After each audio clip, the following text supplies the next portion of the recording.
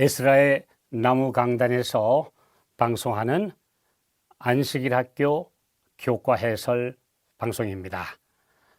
이번 2기의 해설을 맡은 이대영입니다. 저는 동중안 앞에 양수리에 있는 진리를 찾는 사람들 양수리교회 담임을 맡고 있습니다. 이번 이 중요한 총 주제 말씀드리겠습니다. 이번에 우리는 암시, 형상, 상징이라는 요한계시록과 다니엘 및 기타 예언에 나오는 하나님의 말씀들을 우리가 함께 연구하면서 성경 예언을 더 자세히 알기 위해서 우리 이번 기회에 말씀을 연구하게 되겠습니다. 부족한 소자에게 주의 성령께서 함께 하시기를 기도하며 또 성도 여러분께서 부족한 강사를 위해서 기도해 주시면 감사하겠습니다. 이번 기회에 우리는 베드로후서 1장 19절에 있는 말씀대로 더 확실한 예언이 있어 어두운 데 비치는 등불과 같으니 날이 새어 샛별이 너희 마음에 떠오르기까지 너희가 이것을 주의하는 것이 가하니라 하는 이 말씀이 오늘 우리 특별히 남은 시대, 남은 자손 그리고 마지막 시대를 살고 있는 하나님의 백성들에게 특별히 중요한 말씀의 주제가 됩니다. 재림교회의 정체성은 요한계시록 예언에 기초합니다. 우리가 잘 아시는 말씀대로 계시록 12장 17절에 남은 자손의 출현이 예언되어 있으며 그 정확한 시기와 그들의 정체성이 요약되어 있습니다. 그뿐만 아니라 우리 남은 자손이 전하는 하나님의 말씀의 두 강령, 곧 하나님의 계명과 예수 믿음이라는 이 진리의 양대 기둥이 분명히 예언되어 있으므로 우리 재림교회가 성경에 기초한 교회임을 증명하고 있습니다. 성경은 크게 세 부분으로 나눌 수 있는데요. 예언과 역사와 교훈으로 구성되어 있습니다. 예언은 성경이 하나님의 계시라는 것을 말해줍니다. 그리고 역사는 성경의 예언이 하나님의 말씀이고 사실이라는 것을 증명합니다. 이를 부정하는 사람들에게는 성경이 그저 아주 고전 문학 정도 오래된 책에 불과한 것입니다. 예수님은 분명히 우리가 아는 대로 갈라디아 4장 4절 말씀에 예언된 대로 때가 참에 여자에게서 나시고 그리고 예언된 대로 십자가에서 우리의 죄를 대속하심으로 모든 예언을 이루셨습니다. 다니엘서 9장 25절에 예언된 대로 70주일 예언이 바로 마지막 성취되는 일주일 그 기간에 이제 침례받으시고 공생애를 시작하셔서 31년 6월절 바로 그날의 십자가에 죽으셨고 또 3일째 되는 요제일에 부활하심으로 구속사업을 그대로 확실히 이루셨습니다. 뿐만 아니라 구약에서 메시아에 대한 50가지의 예언을 글자 그대로 성취하셨습니다. 그러므로 예수님은 다른 모든 인간 가짜 메시아들, 거짓 그리스도들과 확실히 차별화되는 하나님의 아들이시라는 것을 증거해 주셨습니다. 우리가 성경 예언을 연구할 때 크게 문자 그대로의 예언과 또 상징과 비유와 또 은유로 된 예언들로 나눌 수가 있습니다. 먼저 문자 그대로의 예언은 우리가 잘 아는 대로 노아 홍수에 대한 창세기 6장 3절의 예언입니다. 이것은 120년 그대로 정확하게 성취되었습니다. 또 예레미야 29장 10절에 예언된 대로 바벨론 포로 기간이 이 70년 만에 마치리라 하신 말씀 그대로 우리는 이루어졌음을 성경 역사를 통해서 확인하게 됩니다. 그래서 이런 예언들은 논란의 여지가 없습니다. 그러나 암호와 은유적 표현들이 여러 가지 성경에 기록되어 있습니다. 예를 들어서 베드로전서 5장 13절에 바벨론에 있는 교회가 너희에게 문안하고, 근데 도대체 이 바벨론이 어디를 가리키느냐? 그 시대에 이미 바벨론은 멸망한 지 오래입니다. 그러나 사도 베드로가 이 말을 할 때에는 분명히 그 당시에 그리스도인들을 보호하기 위해서 로마에 있는 성도들을 가리키는 말을 이렇게 바벨론이라고 은유적으로 표현했다는 것을 우리가 알 수 있습니다. 그리고 다니엘서 7장 25절에 나오는 적은 뿔, 이것이 적 그리스도인데 그 정체를 가리키는 13가지 조건들이 다니엘 7장 예언 속에 다 이미 예언되어 있습니다. 그러므로 이 13가지 조건에 맞는 존재를 우리가 몽타주를 확인하듯이 잘 확인해 보면 여기에 정확하게 맞는 존재는 로마 교황권 세력밖에 없다는 사실을 우리는 확인하게 됩니다. 뿐만 아니라 요한계시록 18장 7절에 보면 이 바벨론 세력이 말하기를 나는 여황으로 앉은 자요 과부가 아니라고 주장합니다. 그런데 이 말은 상징적 예언에서 여자가 교회를 가리키기 때문에 너무나 명백합니다. 이처럼 성경의 예언은 아주 알기 어려운 내용으로 구성되어 있지 않습니다. 우리 주변에 있는 천연계와 여러 가지 사물들을 직접 들어서 말씀하셨으며 성경에 그 예언들을 이해할 수 있는 모든 내용들이 다 기록되어 있습니다. 그러므로 성경으로 성경을 증명한다고 하는 원칙에 충실하면 우리가 이 예언들을 쉽게 이해할 수 있습니다. 자, 우리 그러면 상징적 예언들에 대해서 이제 이번 기초 전체를 통해서 우리가 연구하게 될 텐데요. 베드로후서 3장 18절에 보면 억지로 풀다가 스스로 멸망에 이를까 조심하라고 경고합니다. 그러므로 우리가 이 예언의 해석을 할 때 가장 중요한 것은 성경 전체의 내용과 조화를 이루도록 해야 한다는 것입니다. 그러므로 다시 한번 말씀드리지만 성경이 성경을 해석한다는 원칙에 충실해야 한다라고 우리가 확실하게 말씀을 통해서 알 수 있습니다. 이상 우리가 이번 기회 총론에 대해서 잠깐 살펴보았습니다. 자, 그러면 이제 제1과를 함께 들어가시겠습니다. 제1과 예언의 몇 가지 원칙이라는 제목으로 우리가 한 주일간 우리가 말씀들을 연구하고 또 우리 함께 나누게 되겠습니다. 기억절에 있는 말씀입니다. 자랑하는 자는 이것으로 자랑할지니 곧 명철하여 나를 아는 것과 나 여호와는 사랑과 정의와 공의를 땅에 행하는 자인 줄 깨닫는 것이라. 나는 이 일을 기뻐하노라. 여호와의 말씀이니라. 예레미야 9장 24절 말씀입니다.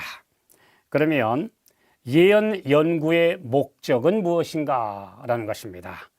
가장 중요한 첫 번째 목적은 하나님의 마음과 그분의 뜻을 깨닫는 것입니다. 그러기 위해서는 인류가 범죄하여 타락한 이래 6,000년간 계속되어 온 선과 악의 대쟁투를 중심으로 전개되는 이야기라는 것을 우리가 큰 그림으로 먼저 바라보는 안목이 필요합니다.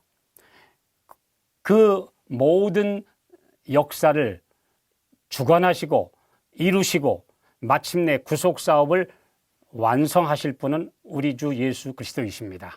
그래서 요한복음 5장 39절에 모든 성경이 곧 내게 대하여 증거하는 것이라고 말씀하셨으므로 예수 그리스도에게 초점이 맞추어져야 합니다.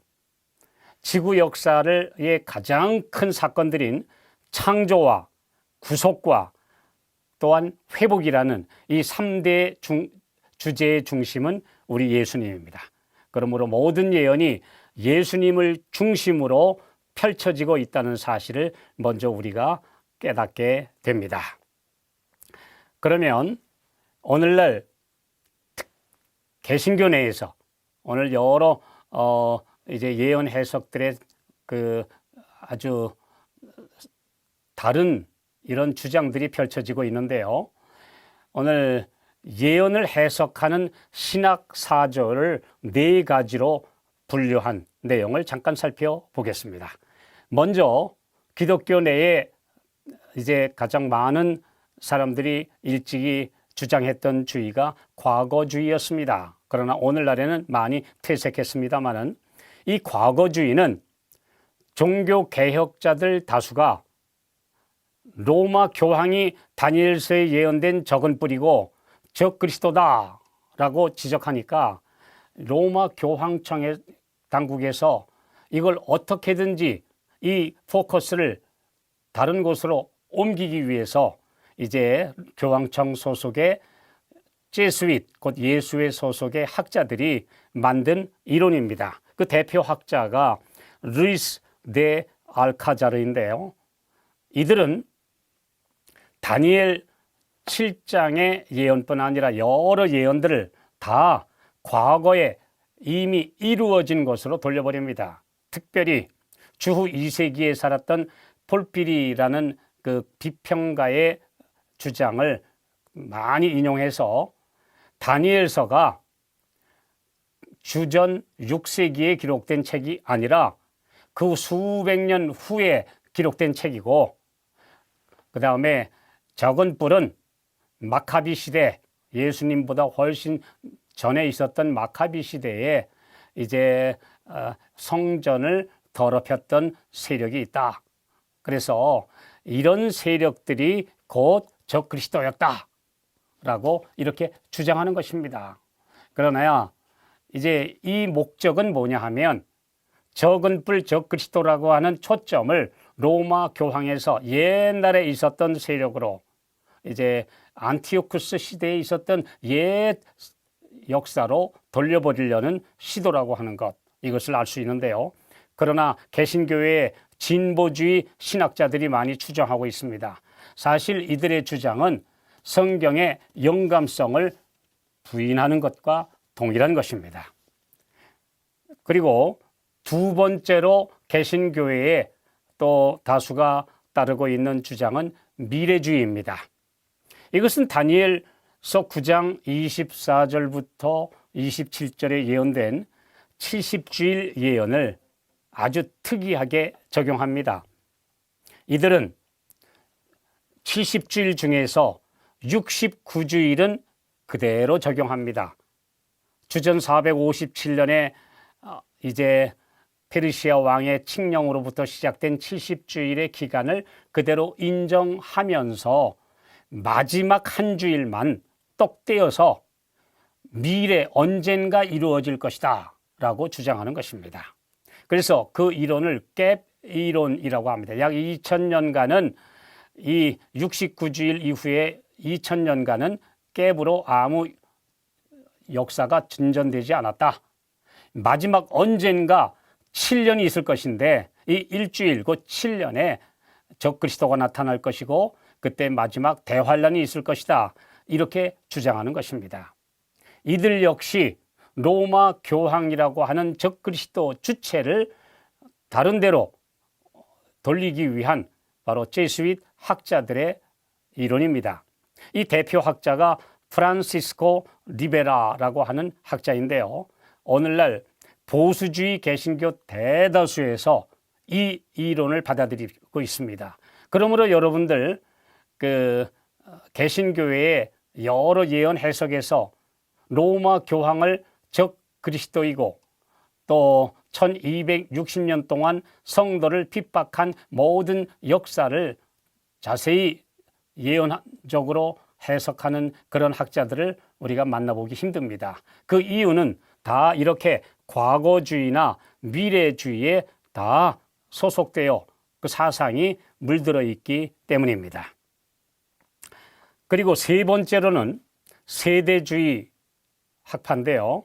이것은 미래주의에서 파생해서 그들이 가장 주장하는 것은 예루살렘의 회복이라는 주제입니다. 그래서 이제 7년 대환란, 그 다음에 비밀 휴거론, 그래서 예수님의 재림이 일반 그리스도인들은 휴거가 되고, 그 다음에 또다시 7년 환란이 있고, 그 다음에 예루살렘에 천년 왕국이 선다. 그래서 이스라엘이 문자 그대로 회복된다라고 하는 이런 주장을 하고 있습니다. 이 존 달비라고 하는 대표 학자가 있고, 이제 오늘날 기독교 내에 약 3분의 1이 이런 세대주의 성경 해석을 추종하고 있습니다. 그 다음 네 번째 이제 예언을 내 해석의 한 흐름이 바로 역사주의와 문자주의인데요. 바로 우리 재림교회가 가지고 있는 역사와 예언에 대한 견해입니다. 이것은 예언은 지나간 역사에서 확실히 성취된 것을 기반으로 아직 성취되지 않은 부분도 확신할 수 있다라고 하는 아주 중요한 주장 위에 이제 성경을 해석하는 것입니다. 이 특별히 다니엘과 요한계시록은 하나로 연결된 책이며 전체적인 흐름에 있어서 똑같다고 하는 사실을 전제로 하고 있습니다.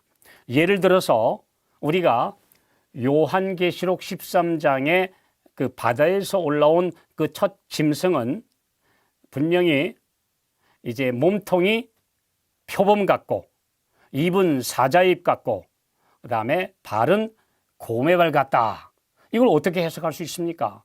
다니엘서 7장에 나오는 네 짐승에 대한 천사의 해석을 그대로 받아들이면 이 짐승의 정체는 바로 정확하게 우리가 이해할 수 있습니다. 그러므로 다니엘서와 요한계시록은 하나로 연결된 예언서라고 하는 사실을 우리가 분명하게 알 수가 있습니다.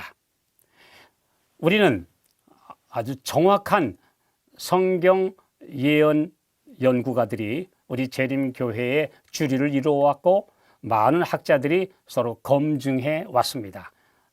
그래서 우리 재림교회가 가지고 있는 예언 해석의 특별한 장점을 이제 제가 5가지로 좀 생각해 보았는데요. 그것은 초기 재림운동 지도자들이 닦은 건전하고 실제적인 예언 해석의 기초 위에 우리가 예언들을 계속해서 연구해 왔다는 사실입니다.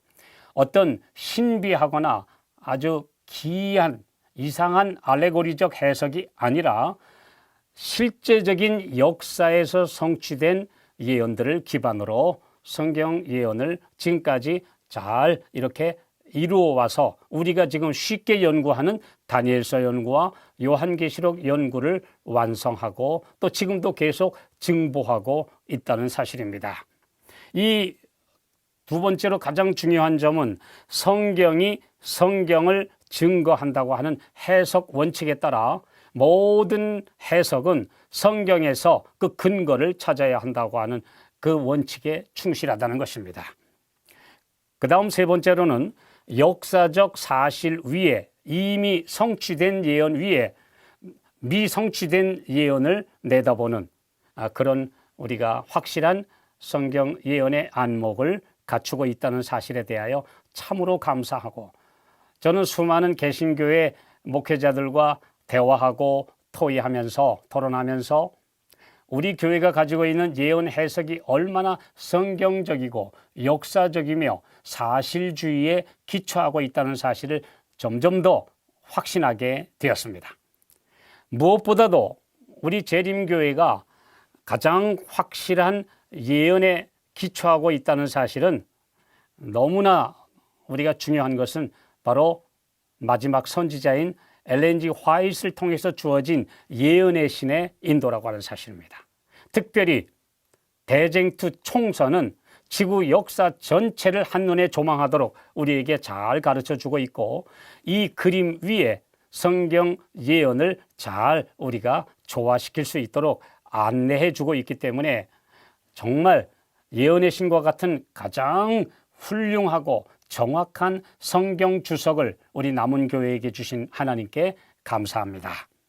그 다음 또 하나 중요한 사실은 우리가 시간이 흐르면서 점차 미확인된 내용이나 또는 더 깊이 있게 들어가야 될 부분에 있어서 새로운 예언이 연구가 발표될 때에는 어떤 한 개인의 주장을 그대로 인용하는 것이 아니라 여러 우리 신학자들이 또 말씀을 연구하는 분들이 그것을 교차적으로 연구하고 또 증거하고 그래서 검증함으로 인해서 우리 교회 예언의 정확성이 더 높아졌다는 사실에 대해서 감사합니다. 오늘 예를 들어서 사이비 종교단체라고 우리가 생각하고 있는 신천지의 계시록 해석을 보면 오직 한 사람이 주장하는 것을 모두가 따라가는 것입니다. 그런데 얼마나 비성경적이고 얼마나 많은 오류가 있는지를 우리가 발견하는데요. 그것은 교차적인 검증이 전혀 이루어지지 않고 있기 때문입니다. 자, 그래서 오늘 우리 이제 예언의 연구에 대한 여러 가지 신학 사조에 대해서 살펴봤는데요. 오늘 우리 일과를 그래서 간단하게나마 살펴보도록 하겠습니다. 첫째 날 제목은 읽는 자는 깨달을지어다 라고 하는 주제입니다. 우리가 잘 아는 말씀대로 마태복음 24장 15절, 그러므로 너희가 선지자 다니엘의 말한 바 멸망에 가증한 것이 거룩한 곳에 선 것을 보거든 읽는 자는 깨달을진저. 이건 예수님이 하신 말씀입니다. 그러므로 과거주의 그 신학사조에서 이야기하고 있는 그 여러 해석들은 예수님의 말씀을 완전히 부정하는 것입니다. 예수님은 다니엘서를 정확하게 인용하셨고 인정하심으로 그 예언의 확실성을 보증해 주셨습니다. 특별히 우리가 예수님의 이 말씀에서 아주 중요한 한 스토리를 발견하는데요. 이 예언이 1차적으로 예루살렘 멸망 시에 성취되었다는 것입니다. 멸망에 가증한 것이 거룩한 곳, 거룩한 땅 팔레스타인에 선 것을 보거든 읽는 자는 깨달을지어다. 그리고 도망하라. 아주 강력하게 권고해 주셨습니다. 이것은 AD 우리 서기 67년에 초막절에 로마군이 1차 포위했다가 얼마 후에 아무 이유도 없이 포위를 풀고 갑자기 퇴각한 것입니다. 물론 이유가 있었죠. 로마의 네로 황제가 죽었고 동방군 총사령관인 베스파시안 장군이 황제 위를 차지하기 위해서 뒤도 돌아보지 않고 철수시킨 것입니다. 우리는 그때 이제 세스티우스 장군이 이제 예루살렘을 포위했다가 갑자기 떠났다라는 사실을 나중에 압니다. 그런데 바로 그때에 예루살렘 성문이 사람의 손을 대지 않은 채 활짝 열렸고 그때 성 안에 갇혀있던 많은 사람들이 이제는 안심하고 있을 때에 그리스도인들은 예수님의 말씀을 기억하고 있다가 멀리 도망했습니다. 예루살렘 건너 벨라 골짜기로 피신해서 예루살렘이 멸망할 때 그 성 안에 이 말씀을 기억하고 있던 하나님의 백성들은 한 사람도 희생되지 않았다는 사실을 우리는 기억할 필요가 있습니다. 이제 AD 70년 6월절에 다시 로마 황제가 된 베스파시안이 자기의 아들 티투스를 보내서 예루살렘을 철저히 멸망시킬 때 그때 6월절을 지키기 위해서 유대인들이 거의 200만 명 이상이 예루살렘에 갇혔다가 거의 다 멸망한 아주 대비극이 일어난 것입니다. 이 마지막 때에 또한 이러한 일들이 일어날 것이라고 하는 사실을 우리는 예언을 통해서 확실히 살펴보게 됩니다. 그러므로 읽는 자는 깨달을진저, 우리가 이 마지막 시대에 있을 마지막 하나님의 백성들에게 중요한 사건이 되는 일요일 시험령과 또한 여러 가지 짐승의 표 사건들도 우리는 말씀을 통해서 확신하고 주님의 인도를 그대로 따라갈 수 있습니다. 둘째 날 제목은 하나님은 우리가 당신을 알기 원하신다 그랬습니다. 우리 정언복음 2권 이제 303쪽에 있는 말씀입니다. 나는 하나님이라 나 같은 이가 없느니라. 내가 종말을 처음부터 고하며 아직 이루지 아니한 일을 옛적부터 보였다고 말씀하십니다. 유한한 사람들의 마음으로 무한하신 분의 성품과 사업을 완전히 이해할 수는 없다. 가장 예민한 지성을 가진 사람들과 가장 효과적이고 높은 교육을 받은 사람에게도 거룩하신 분은 언제나 신비에 쌓인 채 남아 계셔야 한다. 그러므로 우리가 예언뿐 아니라 성경 전체를 연구할 때에 우리가 다 안다고 하는 오만을 절대 버려야 합니다. 그리고 감히 우리가 손댈 수 없는 분야에 대해서는 겸손히 우리의 인간의 한계를 인정해야 합니다. 그리고 우리 성령께서 우리를 깨우쳐 주시도록 기도하는 자세로 말씀을 연구해야 합니다. 그래서 에베소서 1장 11절에 보면 우리가 하나님의 말씀을 깨닫는 것도 역시 지혜와 계시의 정신을 주셔서 우리를 알게 하신다고 말씀합니다. 우리는 성령께서 우리가 예언을 연구할 때마다 우리 곁에서 우리의 마음을 여셔서 진리를 깨우쳐 주시기를 간구해야 합니다. 자, 다니엘서, 특히 요한계시록은 지구 역사 전체를 한눈에 조망하는 4차원적 시각으로 바라보고 이해합니다. 우리는 지금 3차원에 갇혀 살고 있는데요. 이 시간과 함께 긴 역사를 한눈에 바라볼 수 있는 것이 4차원적 시각입니다. 다니엘서 2장의 신상도 역시 바벨론 이후의 마지막 때까지 2600년 이상의 역사를 함께 바라봐야 합니다. 또한 계시록 12장의 빛난 여인 역시 6000년 동안의 이 지구에 존재하는 하나님의 참 백성들의 집합체라는 사실, 그리고 17장의 음녀 역시 거짓된 종교들의 총연합체라는 사실을 우리 함께 바라보게 됩니다. 그래서 이 지금 현재 존재하고 있는 어떤 사람이나 단체에다 포커스를 맞추는 그런 예언 해석은 거의 다 사이비 종교나 또는 시한부 종말론으로 오도하는 그런 주장이라고 하는 사실입니다. 그래서 우리가 짐승의 표라고 하는 중요한 주제도 오늘날 많은 사람들이 그 시대 때마다, 저도 옛날부터 그런 주장을 많이 들어왔습니다. 이것은 바코드다. 또 그러더니 한참 있다가 또 이제는 나중에는 베리칩이다. 또 얼마 전에 이제 코로나가 유행하니까 이것은 백신을 맞으면 짐승의 표가 된다. 이렇게 막 주장하는 사람들이 계속 릴레이식으로 일어나고 있습니다. 그것은 성경을 말하는 원칙과 또한 이런 대쟁투의 원칙으로 그 다음에 바라보는 이 긴 시야를 갖지 못했기 때문에 일어나는 그런 엉터리 주장이라는 사실을 우리는 다시 한번 깨닫게 됩니다. 자, 우리 셋째 날 들어가 보겠습니다. 다니엘서 이 말씀을 닫아두라.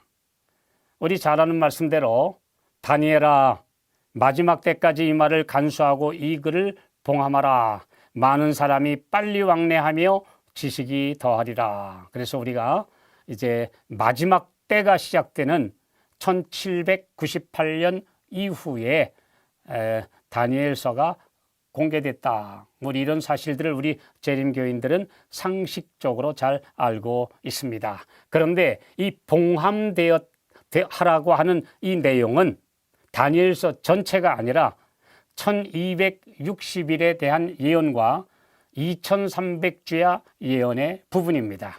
그러므로 계시록 10장에 보면 드디어 때가 되니 이 봉함되었던 책이 열려서 펴놓인 작은 책으로 이제 온 세상에 이제 마지막 예언을 하도록 주님께서 마지막 백성들을 부르셨다는 사실.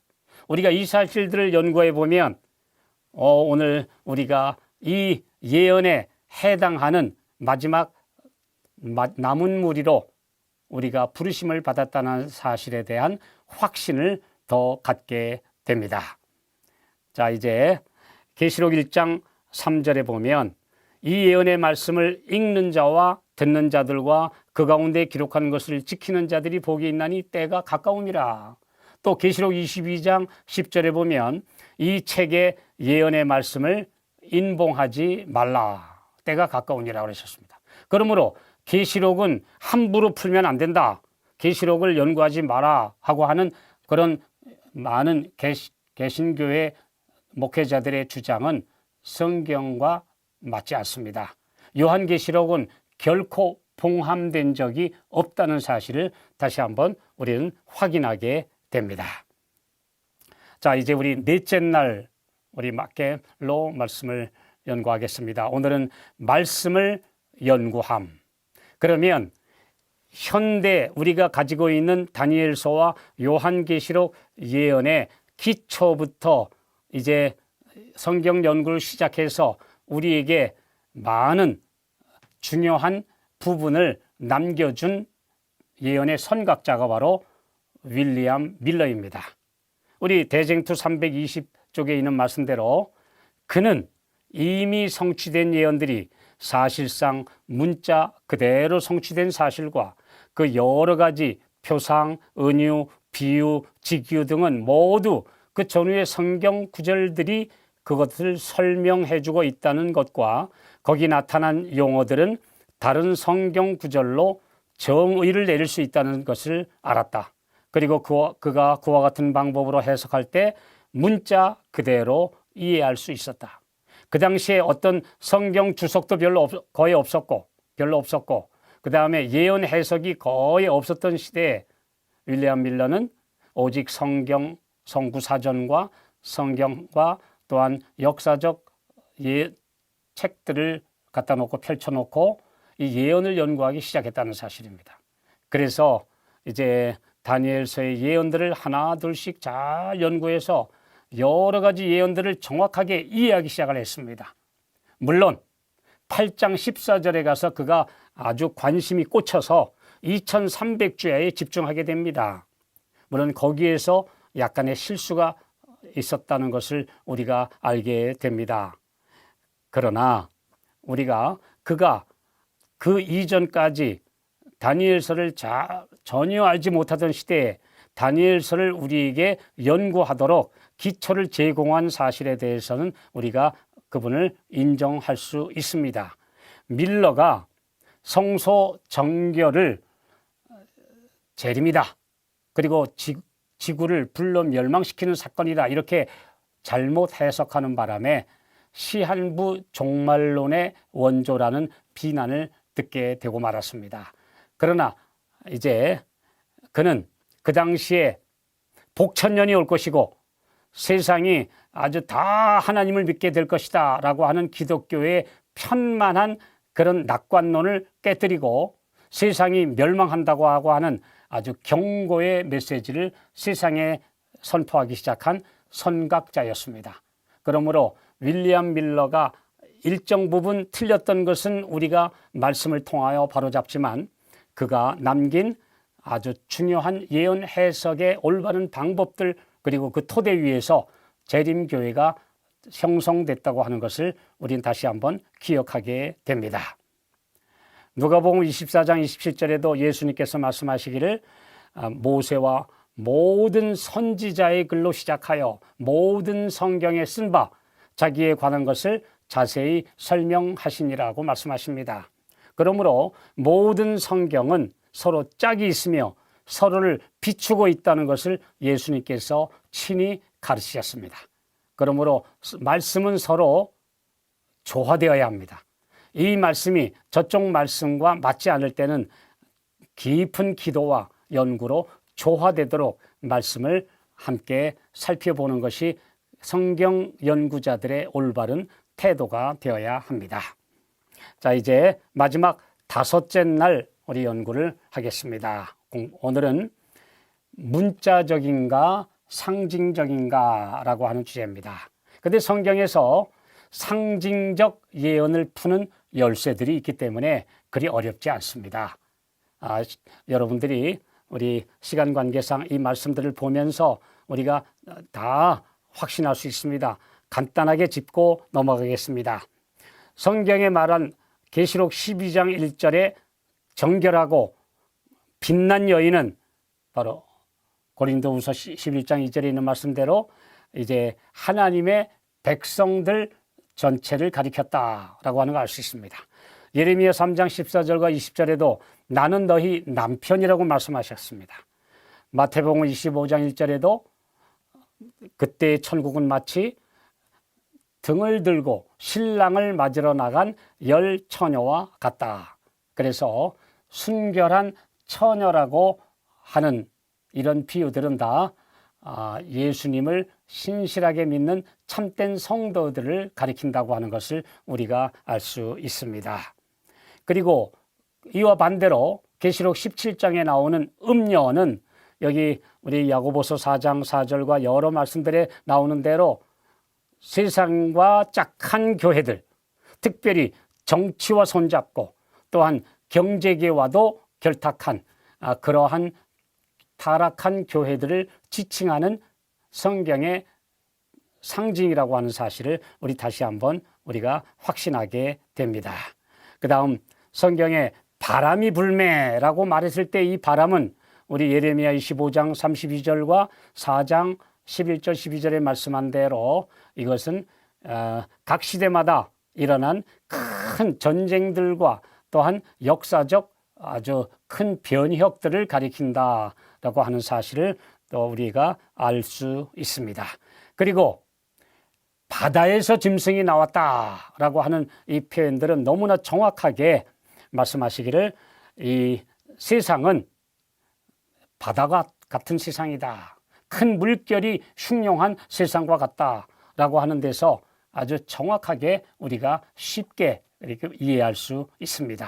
특별히 계시록 17장 15절에는 음녀가 물 위에 앉았는데 이 많은 물은 곧 백성과 무리와 열국과 방언들로서 이 사람들이 많이 살고 있는 이 세상을 상징한다는 사실을 우리는 성경을 정확하게 해석해 주고 있습니다. 그래서 이와 반대로 성경에 딱 한 번 나옵니다.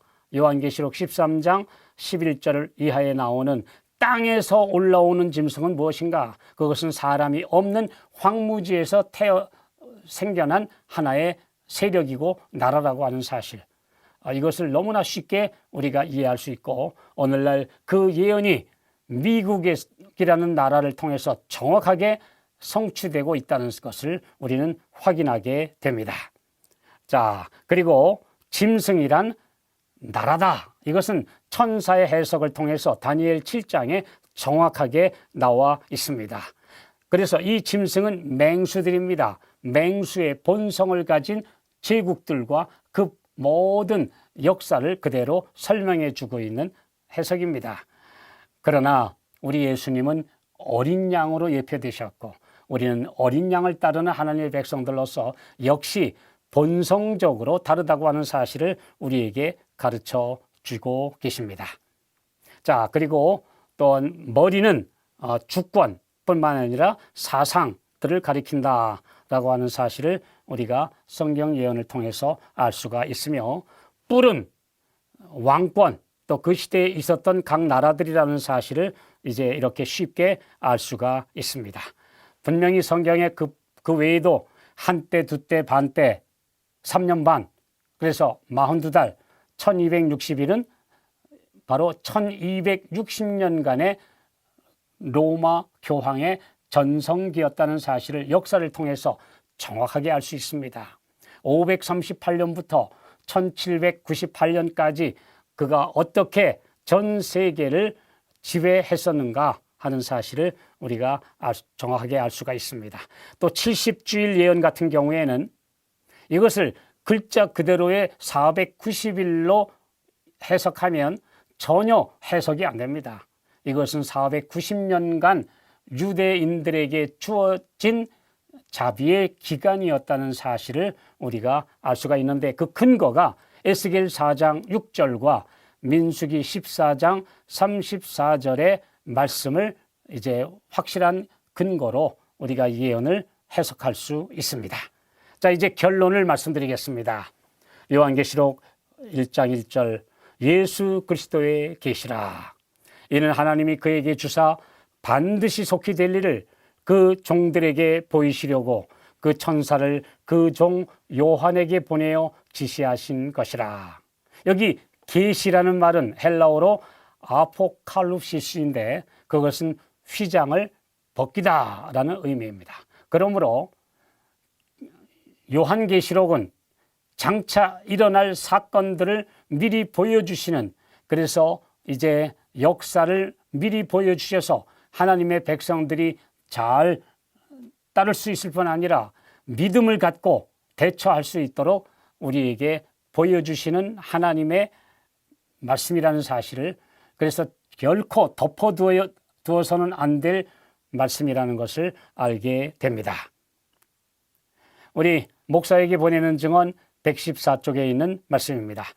다니엘과 요한계시록을 좀 더 잘 이해하게 될 때 신자들은 전적으로 다른 신앙 경험을 갖게 될 것이다. 그들은 열려진 하늘문을 엿보게 될 것이다. 오늘 우리 첫 과를 마치면서 우리 모두가 이 한 기 동안 예언을 해석하는 성경의 여러 가지 표상, 은유, 암호들을 이해하면서 계시록의 예언이 얼마나 우리에게 정확하게 성취되고 있는지를 깨닫고 또 이것을 전하는 우리 주님의 귀한 우리 기별자들, 또 우리 전도인들, 우리 모두가 되시기를 간절히 소망합니다. 마지막으로 우리가 이 과를 마치면서 교과 토의를 진행하시는 분들을 위해서 토의를 위한 질문 3가지를 드리겠습니다. 첫째로는 우리 믿음을 예언에 기초해야 하는 이유에 대해서 함께 토의해 주시면 참 좋으리라고 생각해서 제안 드립니다. 두 번째로는 과거주의, 미래주의, 세대주의와 전혀 다른 재림교회 예언 해석이 가능했던 이유는 무엇일까요? 라고 하는 이런 내용을 가지고 한번 대화를 해주시면 감사하겠습니다. 그리고 세 번째로는 그러면 이미 성취된 예언뿐 아니라 앞으로 성취될 큰 예언들에는 어떤 것이 있는지에 대해서 한번 대화를 나누시면 참 좋으리라고 생각됩니다. 아무쪼록 이번 한 기 동안 우리 예수님을 좀 더 잘 이해하고 예언 속에서 확신을 갖고 남은 자손으로서 믿음을 갖고 앞으로 전진할 수 있는 귀한 말씀 연구가 되시기를 바라면서 주의 은혜가 말씀을 연구하는 모든 성도들에게 충만하시기를 바라면서 말씀을 마치겠습니다.